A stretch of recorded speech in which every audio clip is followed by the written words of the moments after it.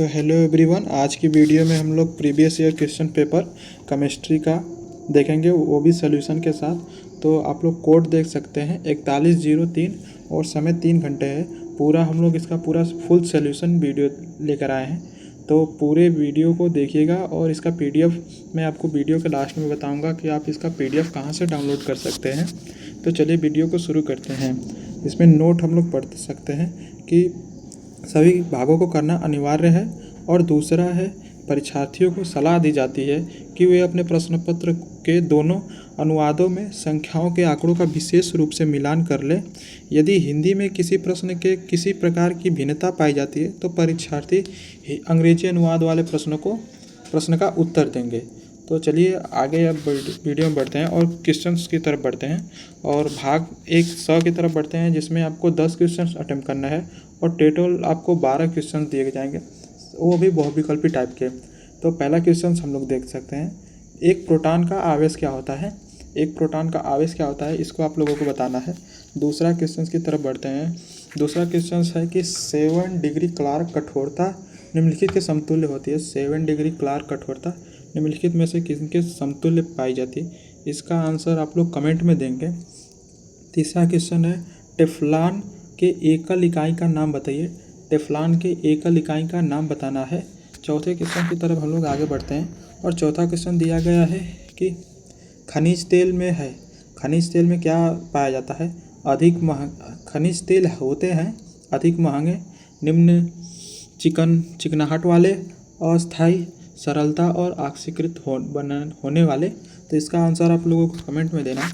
पाँचवें क्वेश्चन की तरफ पढ़ते हैं। पाँचवा क्वेश्चन हम लोगों का रिक्त स्थान टाइप होने वाला है, जो कि आपको रिक्त स्थानों की पूर्ति करना है। आप लोग देख सकते हैं। तो पाँचवा क्वेश्चन दिया है कि ऑक्सीकरण वो पदार्थ है जो यह एक या एक से अधिक ... स्वीकार करते हैं। ऑप्शन दिया है इलेक्ट्रॉन, प्रोटॉन, न्यूट्रॉन। तो इसमें इलेक्ट्रॉन भरे जाएंगे, इस क्वेश्चन में इलेक्ट्रॉन भरे जाएंगे। छठवें क्वेश्चन की तरफ बढ़ते हैं। छठवां क्वेश्चन है कि N2 अणु से बनने में प्रत्येक नाइट्रोजन परमाणु द्वारा ... इलेक्ट्रॉन को साझा करने में किया जाता है।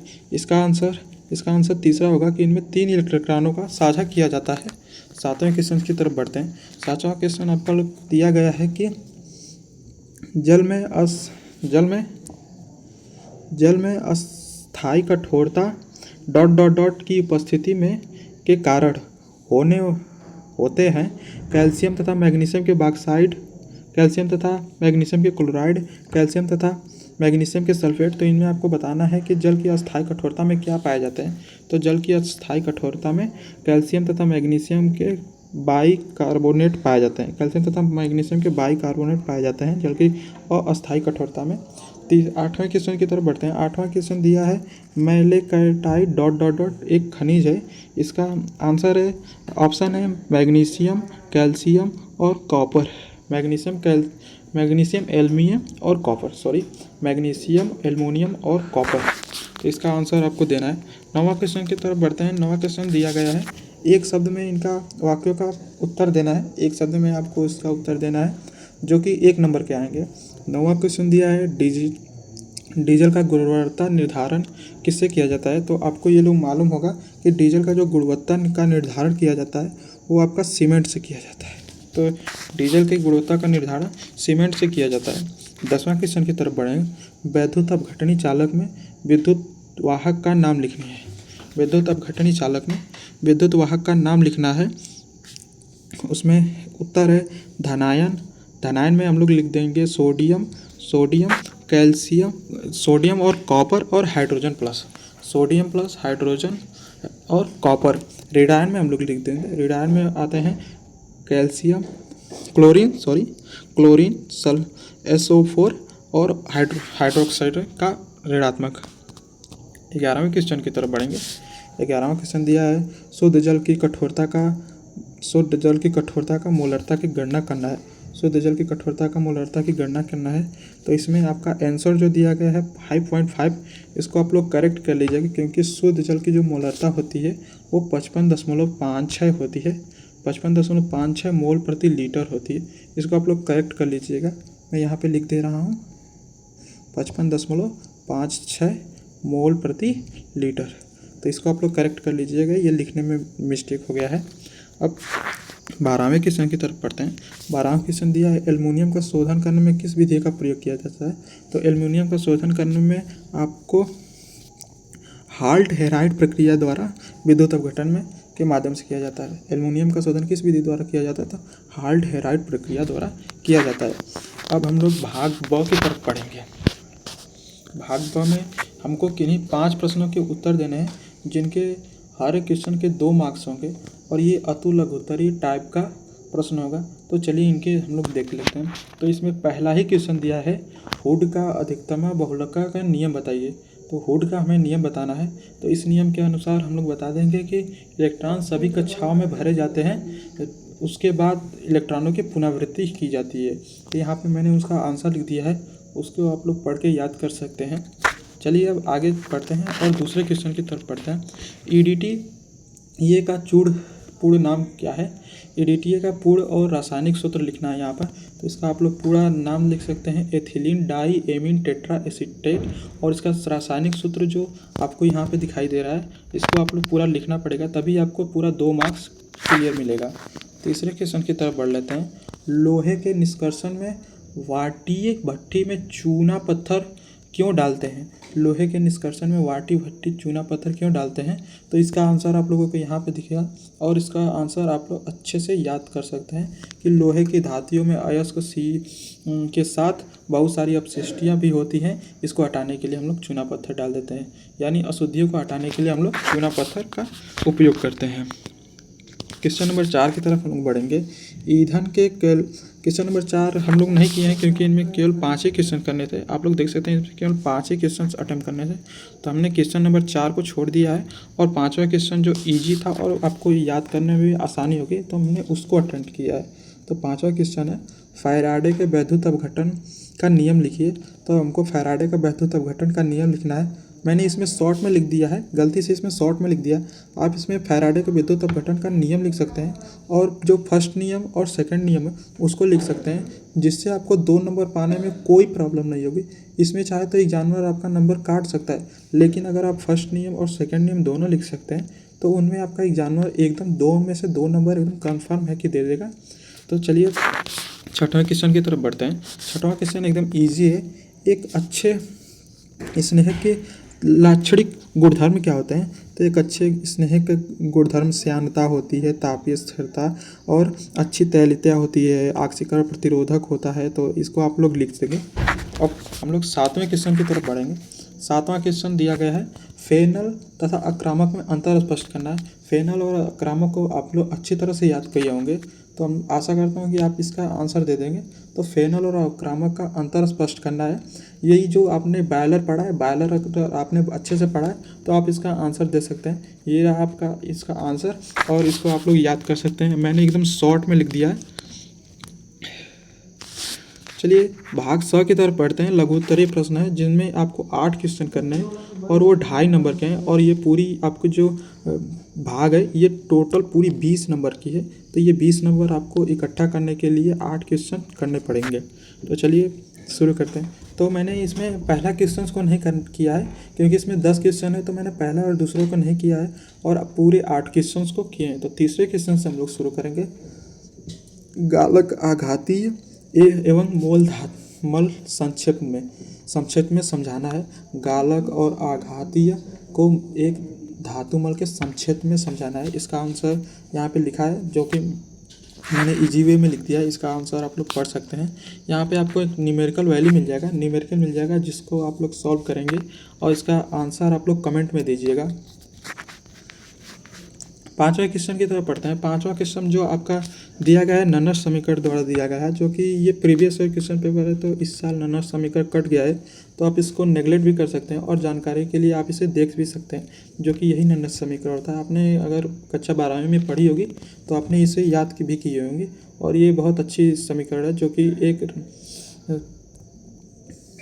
तो चलिए क्वेश्चन नंबर 6 की तरफ चलते हैं। क्वेश्चन नंबर 6 है कि AgNO3 के विलयन में से 2 घंटे में 10 ग्राम सिल्वर प्राप्त करने के लिए आवश्यक विद्युत धारा की गणना कीजिए। ये आपका विद्युत रसायन चैप्टर में से आया है और इसका आंसर आप लोग देख सकते हैं कि 1.254 एम्पियर आंसर ये गया है इसका विद्युत धारा का। 7वां क्वेश्चन की तरफ बढ़ते हैं। 7वां क्वेश्चन में है जल जंतु तथा वनस्पति अपशिष्ट बायोगैस प्राप्त करने के 2 लाभ बताइए। जंतु तथा वनस्पति अपशिष्टों से बायोगैस के प्राप्त करने के हमें लाभ बताना है। तो पहला हम लोग बता देंगे ऊर्जा के स्रोत में, और दूसरा हम लोग बता देंगे उत्पादन के क्षेत्र में खाद्य। जबकि लेकिन ये क्वेश्चन जो 2.5 नंबर का, इसलिए आपको बस इतना ही नहीं लिखना है, आपको पूरा लिखना होगा। ऊर्जा के स्रोत में उसके बारे में पूरा लिखना होगा और उत्पादन के स्रोत में पूरा लिखना होगा, तभी आपको 2.5 नंबर पूरे क्लियर से मिल सकते हैं। चलिए क्वेश्चन नंबर 8 की तरफ बढ़ते हैं। क्वेश्चन नंबर 8 में फिर वैसा ही क्वेश्चन दिया गया है कि स्वतः अपचयन विधि द्वारा कॉपर ऑक्साइड और कॉपर निष्कर्षण का रासायनिक सूत्र लिखना है। स्वतः अपचयन विधि द्वारा कॉपर ऑक्साइड और कॉपर के निष्कर्षण की रासायनिक सूत्र लिखना है। मैंने यहाँ पे नीचे एक वो पूरी रासायनिक सूत्र को लिख दिया है, जिसे आप लोग याद कर लीजिएगा। चलिए क्वेश्चन नंबर 9 की तरफ बढ़ते हैं। जल की कठोरता को परिभाषित करना है और जल की अस्थायित्व तथा कठोरता में 2 अंतर स्पष्ट करना है। तो सबसे पहले हम लोग लिखेंगे कि वह जल जो साबुन की कठिनाई से झाग देता है कठोर जल कहलाता है। तो पहले हम लोग कठोर जल की परिभाषा लिख देंगे और फिर कठोर जल के दोनों जो भाग होते हैं, अस्थायी कठोर और अस्थायी कठोरता, उसको हम लोग लिख देंगे। अस्थायी कठोरता में लिख देंगे कि कैल्शियम के क्लोराइड होने के कारण ये होती है, और अस्थायी कठोरता में लिख देंगे कैल्शियम और मैग्नीशियम के बाइकार्बोनेट घुले होते हैं, इनके कारण होती है। क्वेश्चन नंबर 10 को मैंने न्यूमेरिकल है, इसको आपके लिए छोड़ दिया है, इसका आंसर आप लोग कमेंट में दीजिएगा। और यहाँ तक आ गए हैं, अगर वीडियो थोड़ी भी आप लोगों को हेल्पफुल लग रही हो तो मेरे चैनल को एक छोटा सा प्यार दीजिएगा और सब्सक्राइब कर दीजिएगा। आगे ऐसे ही वीडियो आपको मिलती रहेंगी। तो चलिए भाग द की तरफ बढ़ते हैं, और ये आपका विस्तृत प्रश्न होगा, जिसमें से आपको केवल 4 ही क्वेश्चन करने हैं और प्रत्येक क्वेश्चन 5 मार्क्स के होंगे। और ये पूरी भाग आप लोग कर देते हैं तो आपको पूरा 20 नंबर मिल सकता है। तो पहला क्वेश्चन दिया गया है, पहला क्वेश्चन बहुत इजी दिया गया है। मुख्य क्वांटम संख्या क्या लिखना है और 3D का पूरा 4 क्वांटम संख्या को लिखना है। तो जो कि मैंने इसका आंसर भी दे दिया है, और अपना कॉमन सेंस यूज करके अपना नोट्स रिवीजन करके आप इसको लिख सकते हैं। और थोड़ा इसको आप लोग लॉन्ग में लिखने का कोशिश करिएगा, क्योंकि अगर ये क्वेश्चन जो है विस्तृत में है और ये 5 नंबर का है, तो इसलिए आप लोग थोड़ा इसी को दूर लिखेंगे। ये लॉन्ग में है पर ये इससे दूर लिखेंगे तो आपको 5 नंबर आसानी से मिल जाएगा। इस तरह ये देखने में बहुत छोटा दिख रहा है पर ये है बहुत बड़ा। चलिए क्वेश्चन नंबर 2, इसमें से क्वेश्चन केवल 4 ही क्वेश्चन करना है, इसलिए मैंने दूसरे क्वेश्चन को छोड़ दिया, आगे के क्वेश्चन सॉल्व किए हैं। तो चलिए क्वेश्चन नंबर 3 भी मैंने छोड़ दिया है और क्वेश्चन नंबर 4 भी मैंने छोड़ दिया है। क्वेश्चन नंबर 5 से शुरू करेंगे। क्वेश्चन नंबर 5 बहुत इंपॉर्टेंट क्वेश्चन है। आप लोग जानते हैं वैद्युत अपघटन की विधियों के अनुप्रयोग का संक्षिप्त में वर्णन करना है। तो सबसे पहले हम लोग लिख देंगे वैद्युत अपघटन के विभिन्न अनुप्रयोग निम्न है। धातुओं का परिष्करण, धातुओं की प्राप्ति, विद्युत लेपन।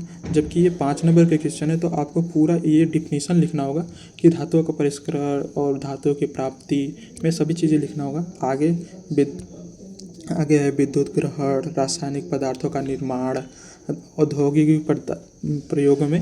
तब जब आप इतना लिख सकते हैं तो आपको 4 नंबर कन्फर्म है, 5 नंबर आपको कन्फर्म है, मिल जाएगा। क्वेश्चन नंबर 6वें की तरफ बढ़ते हैं। क्वेश्चन नंबर दिया है 6वां के निम्न का संक्षिप्त में टिप्पणी लिखना है। निम्न का संक्षिप्त में हमें टिप्पणी लिखना है। तो निम्न का संक्षिप्त में हम लोग टिप्पणी लिख देते हैं, जो कि पहला है मोल प्रभाज किसे कहते हैं। मोल प्रभाज को हम लोग पूरी परिभाषित कर देंगे। दूसरा है इलेक्ट्रोपैटिंग किसे कहते हैं। इलेक्ट्रोपैटिंग अगर आप इसका चाहे तो एक एग्जाम्पल दे सकते हैं। अगर आप एक एग्जाम्पल चाहे मोल प्रभाज जैसे दिया है तो आप इसका सूत्र लिख सकते हैं। सूत्र लिख देंगे तो एग्जामर को देखने में और भी अच्छी लगेगी और वो आगे की ना देखकर आपको इसी पे पूरे 5 नंबर दे सकता है, क्योंकि वो जान जाएगा कि बच्चे को कुछ जानता है तो आपको 5 नंबर पूरी ऐसे ही देख देता है। अगले चलते हैं। स्नेहकों की आवश्यकता के बारे में हमको लिखना है। स्नेह की आवश्यकता के बारे में हमको टिप्पणी लिखना है संक्षिप्त में। क्वेश्चन नंबर नेक्स्ट है। क्वेश्चन नंबर नेक्स्ट आपको थोड़ा बड़ा दिया गया है और क्रिटिकल दिया गया है, तो इसको आप लोग ध्यान दीजिएगा क्योंकि रासायनिक सूत्र लिखना है। स्वतः अपचयन विधि द्वारा कॉपर परऑक्साइड से कॉपर का निष्कर्षण एवं परिष्कर्ष का समीकरण लिखना है।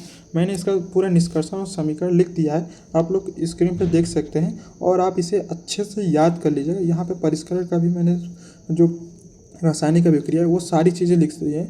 अब अगर आपको इसका PDF चाहिए तो आप मेरे डिस्क्रिप्शन बॉक्स में व्हाट्सएप चैनल का लिंक दिया गया है, जिससे आप लोग जुड़ सकते हैं और आप लोग इस वीडियो को शेयर भी कर दीजिएगा ताकि जिसको हेल्पफुल है उसके पास ये वीडियो पहुंच सके। Thank you for watching this my video.